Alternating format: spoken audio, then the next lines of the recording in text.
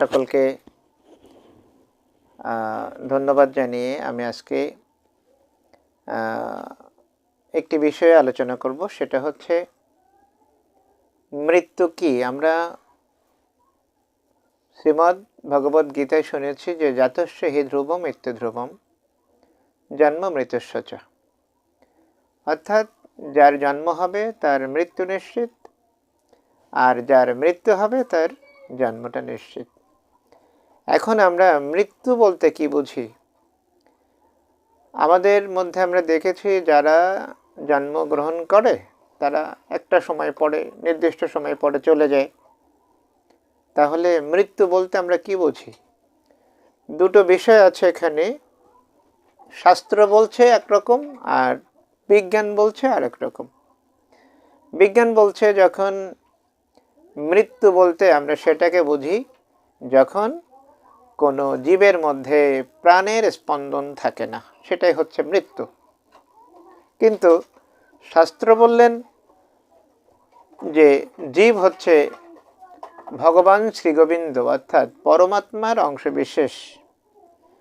এই পরমাত্মার অংশবিশেষ জীবাত্মা কোনো প্রাণীর মধ্যে যখন থাকে তখন সেই প্রাণী বেঁচে থাকে। আর পরমাত্মার অংশবিশেষ জীবাত্মা যখন ওই প্রাণীর মধ্য থেকে চলে যায় তখন সেটাকে আমরা মৃত্যু বলে থাকি। তাহলে বিজ্ঞান বলছে হৃদস্পন্দন না থাকলে, প্রাণের স্পন্দন না থাকলে সেটা মৃত্যু। শাস্ত্র বলছে ভগবানের সত্তাটা যখন জীবের মধ্যে না থাকে তখন সেটাকে মৃত্যু বলে। আচ্ছা, আমরা এখন দেখব যে মৃত্যু বলতে ভাগবতে কি বোঝানো হয়েছে। ভাগবত কি বলেছে? আমরা যদি ভাগবতের 2য় স্কন্ধের 9ম অধ্যায়ে যাই তাহলে দেখব যে ভগবান শ্রীগোবিন্দ যখন ব্রহ্মাজিকে চতুশ্লোকী ভাগবতের উপদেশ দিয়েছিলেন তখন ভগবান ব্রহ্মাকে বলছেন, ব্রহ্মা, যদি তোমাকে কেউ জিজ্ঞাসা করে যে ভগবান কোথায় থাকে, ভগবানের অস্তিত্ব কি, তখন তুমি বলবে যে এতাবো দেব জিজ্ঞাসং তত্ত্ব জিজ্ঞাসন আত্মনঃ অন্যয় ব্যতিরেকাভ্যাম যৎস্যাৎ সর্বত্র সর্বদা। তুমি বলবে, যখন কেউ জিজ্ঞাসা করবে ভগবান কোথায় থাকে, ভগবানের অস্তিত্ব কি, তখন তুমি বলবে যে ভগবানের মধ্যে যখন, জীবের মধ্যে যখন ভগবানের অস্তিত্ব থাকে, জীবের সাথে যখন ভগবানের অন্যয় থাকে। অন্যয় এখানে দুটো কথা বলা হয়েছে।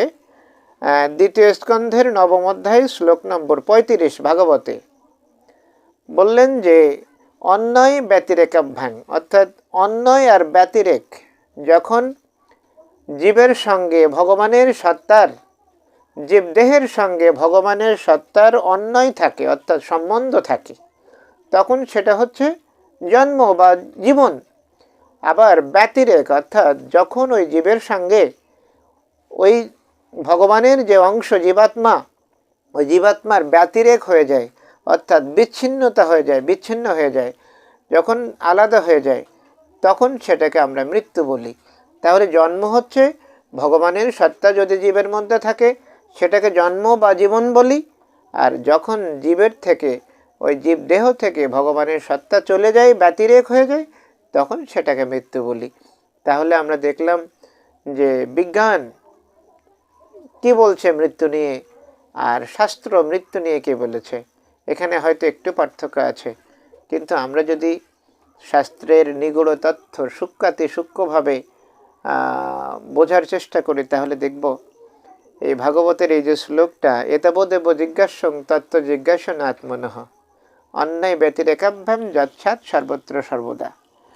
মানে আমি সব জায়গায় আছি, সকল জীবের মধ্যে আছি। আমার মধ্যে, জীবের মধ্যে যখন আমার সত্তা থাকবে না তখন সেই জীব মৃত, আর জীবের মধ্যে যখন আমার সত্তা থাকবে সেই জীব জীবিত। তাহলে এখানে আমরা বুঝে গেলাম জীবন কি আর মৃত্যু কি। আর আরেকটা কথা বলা প্রয়োজন যে আমাদের জীবনে অনেক পরীক্ষা আমরা দিয়ে থাকি। তো এই পরীক্ষাগুলোর মধ্যে সবথেকে বড় পরীক্ষা হলো মৃত্যু। মৃত্যু হলো জীবনের আসল পরীক্ষা। তাই এই আসল পরীক্ষাটার জন্যে আমরা যেন এখন থেকেই প্রস্তুতি নিতে থাকি আর ভগবান শ্রীগোবিন্দের শ্রীচরণে নিজেদেরকে অর্পণ করতে পারি আর নিয়মিতভাবে হরিনাম করতে পারি। এই বলে আজকে আমি আমার এই ভিডিও এখানে সমাপ্ত রাখছি। সবাইকে নমস্কার জানাই।